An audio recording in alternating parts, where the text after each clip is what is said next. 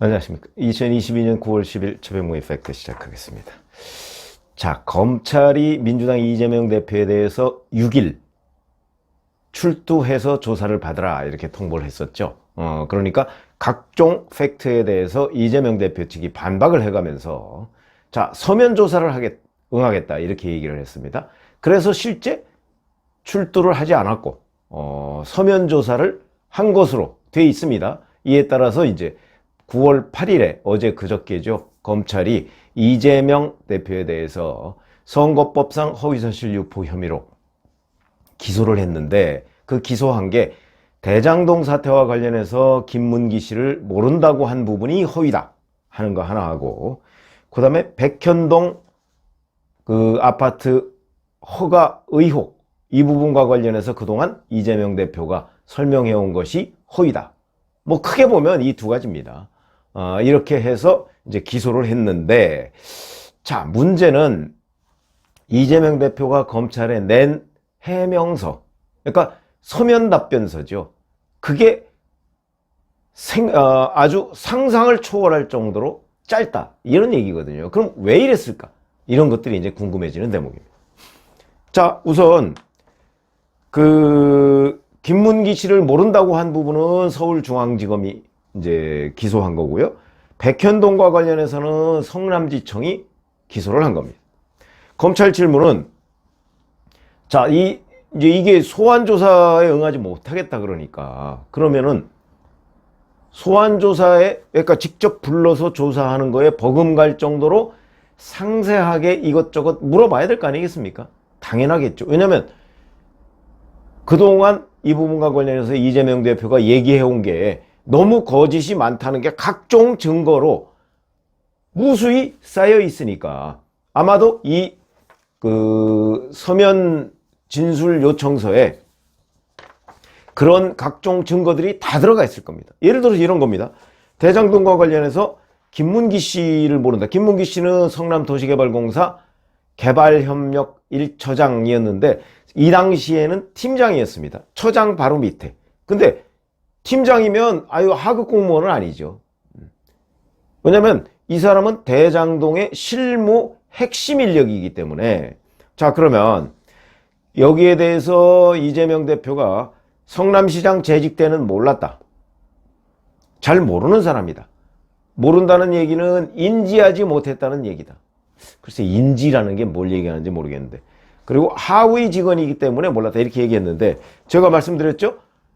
성남도시개발공사 팀장이면 하위 직원이라고 얘기할 수가 없다. 뭐 이재명 대표는 흔히 성남시 시청이나 관할 그 유관기관이나 이런 데의 직원이 4,000명이 된다고 하는데 아마 김문기 씨 경우를 놓고 보면 팀장이죠. 팀장이면 직원이 밑에 꽤 많을 겁니다. 그러니까 4,000명이 아니고 아마 몇백 명 안에 포함되어 있을 것이다. 몇백 명. 뭐 몇백 명 정도가 아니고 뭐 100명 안에 포함되어 있을 가능성이 높습니다. 팀장이면. 왜냐하면 성남도시개발공사가 그 성남시 산하 기관 중에서 가장 크거든요. 가장 크니까 당연히 더군다나 거기에 팀장이었으니까. 처장 바로 밑에 팀장. 아니 사장, 본부장, 처장, 팀장인데 사장 1명, 본부장이 뭐 3명인가 4명인가 밖에 안 되거든요. 그 밑에 뭐 처장 각 뭐 서너 명. 그럼 그 중에 핵심 대장동 개발과 관련한 핵심 팀장이었다.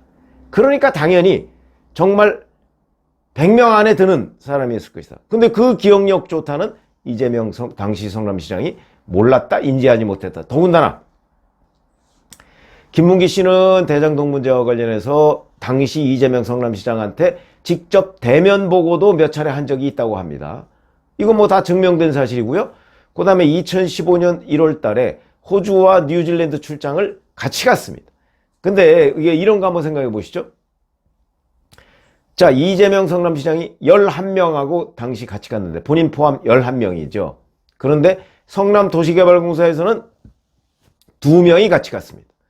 그러면 하나는 유동규, 하나는 김문기 씨였거든요.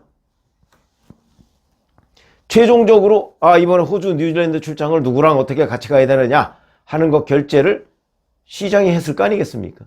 그러면 성남도시개발공사에서 유동규야 뭐 넘버 3니까 뭐 본인이 충분히 이제 잘 알 것이고, 만약에 김문기 씨를 정말 몰랐다면 이 사람 누구야? 라고 했겠죠. 성남도시개발공사에서 딱 2명 갔습니다. 그 2명에 포함된 사람이 바로 김문기 씨입니다. 같이 또 호주 뉴질랜드에 가서 골프까지 쳤습니다. 골프 4명이 치는 거죠. 적어도 4시간 이상 칩니다. 거기다가 10박 11일입니다. 호주 뉴질랜드 출장. 밥을 먹었더라도 30끼 이상 먹었습니다. 모를 수가 있을까요? 여하튼 이런 여러 가지의 증거들, 이런 것들을 쭉, 더군다나 유족들이, 그 김문기 씨의 유족들이 관련한 사진, 증언 뭐 이런 것들도 이제 다 제출을 했고요. 그 다음에 이 외에도 검찰이 여기저기 수사를 통해서 이재명 의원이 변호사 시절부터 김문기 씨를 알았다 하는 것까지도 다 증거로 확보가 돼 있는 상태입니다. 그럼 이런 것들을 전부 다 넣어서 질문을 하지 않았겠습니까? 그 다음에 백현동 문제도 마찬가지죠. 자, 이재명 대표가 이렇게 얘기한 적이 있습니다. 박근혜 정부의 국토부에서 그 한국식품연구원 부지를 용도 변경을 안 해주면 직무유기라며 협박했다. 이렇게 얘기를 했습니다. 자, 이렇게 되니까 이제 검찰의 질문지에는 이 협박을 언제 누구로부터 받았는지에 대한 구체적인 질문이 있었을 것이고, 그 다음에 국토부의 누구로부터 협박을 받았는지. 왜냐하면 국토부에서 보낸 공문에는 틀림없이 용도 변경의 권한은 성남시에 있다. 이건 강제성이 없다. 이렇게 돼 있거든요. 그런데 그럼 공문과 달리 누군가 적어도 권위 있는 국토부의 어떤 공무원이 성남시 공무원한테 또는 성남시장한테 협박을 했다는 얘기인데, 그게 어느 누구하고 통화가 돼 있느냐 뭐 이런 것들을 구체적으로 질문을 했었을 거고요. 그 다음에 이재명 대표의 최측근이죠. 2006년 이재명 그 대표가 성남시장에 출마했다가 떨어진 적이 있는데, 이때 선대본부장을 했던 김인섭 한국하우징기술 대표, 이 사람을 시행업자, 아시아디벨로퍼 시행업자인 정모 씨가 영입을 한 뒤 그 다음 달부터 급진전해서 용도 변경이 이루어졌다. 이거거든요.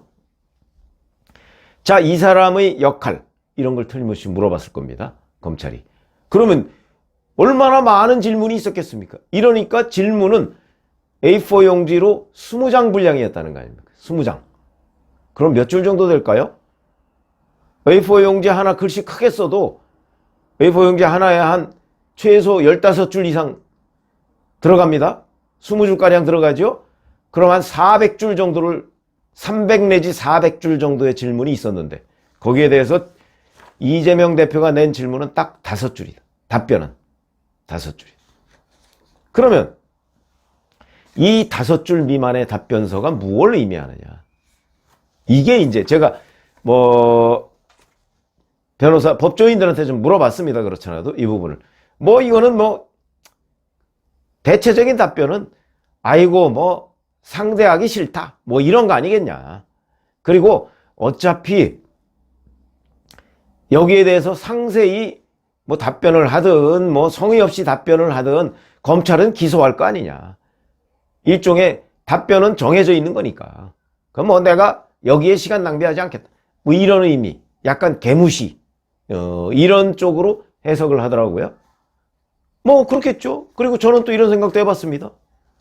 잘 아시다시피 검찰이 추궁하는 데에 대해서 검찰은 이러이러한 게 있는데 사실이냐, 이러이러한 게, 이렇게 질문을 했을 테니까 거기에 대해서 아니다, 없다, 기억에 없다 이런 것들은 굳이 길 필요는 없죠.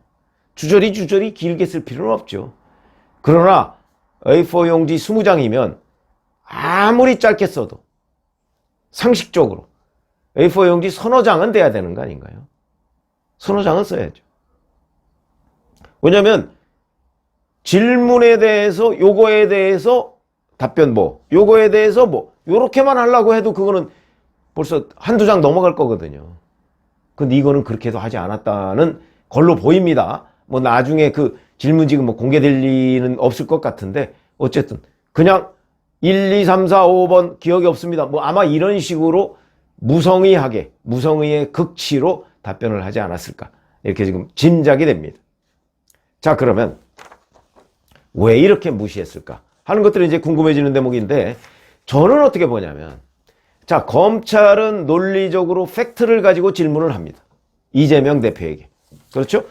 몇 날 몇 월 며칠에 이렇게 되고 또 몇 날 몇 월 며칠에 김문기 씨하고 뭐 뉴질랜드 무슨 골프장, 호주 무슨 골프장에서 골프를 쳤다는데 사실입니까? 이렇게 물어봤을 거거든요. 골프 안 쳤습니다. 이렇게 답변했겠죠? 이제 그런 부분. 그러니까 무슨 얘기냐면 검찰은 팩트로서 정확하게 지금 공격을 해 들어오는데 이 공격에 대해서 이재명 대표가 방어하는 논리가 궁색한 거죠. 그러다 보니까 자, 이 팩트로는 맞서지 못하겠다. 그러니까 진영 논리로 맞서겠다.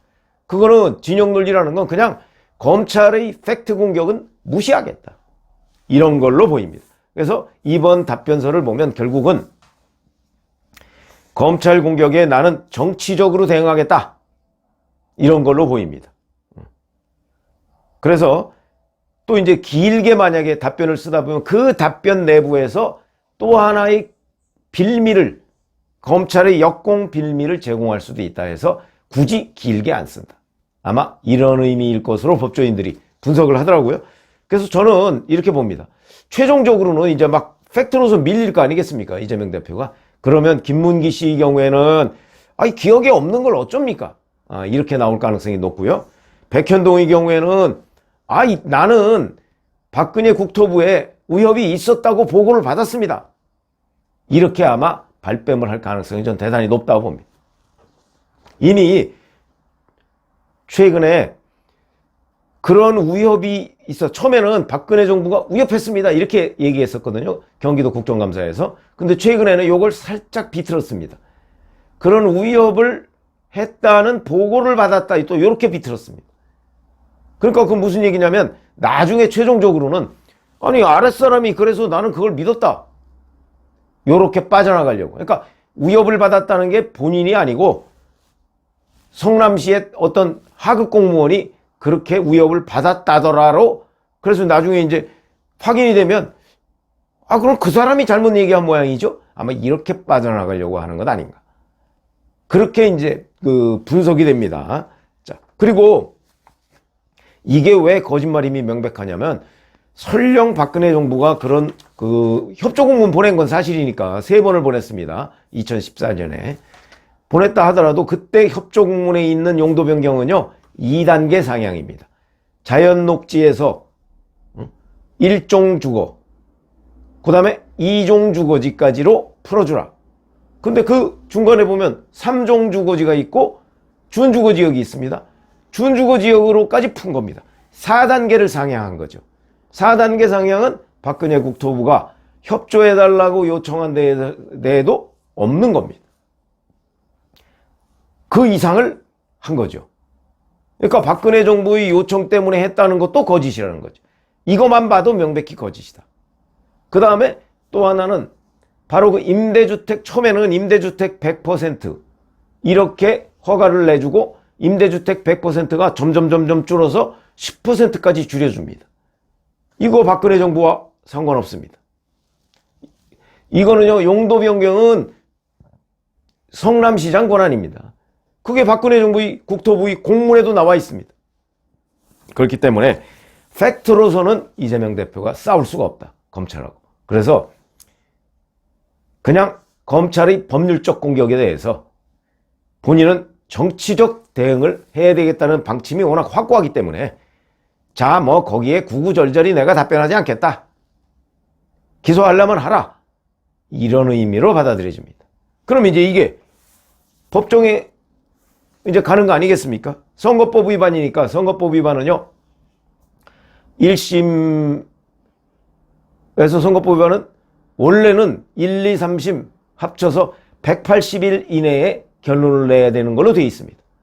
그런데 우리 법원이 어떻습니까? 이거 안 지킵니다.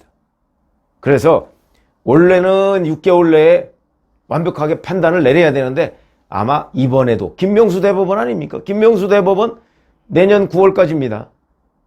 아마 그렇게 법에 규정된 대로 결론 안 내릴 것이다.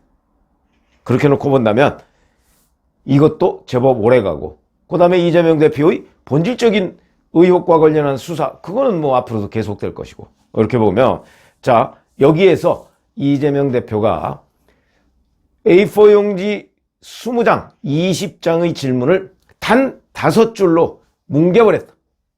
이건 앞으로도 자 나는 팩트로서 대응하지는 않고 그냥 진영 논리로 맞서겠다. 이런 의사표시로 보인다. 저는 이렇게 해석을 합니다. 그래서 앞으로도 이게 A4 용지 20장의 5줄 답변서 아마 화제가 될 것 같은데 이런 식으로 검찰을 무시하는 이재명 대표 언제까지 이럴 수 있을까요? 좀 주목해 봐야 될 대목입니다. 고맙습니다.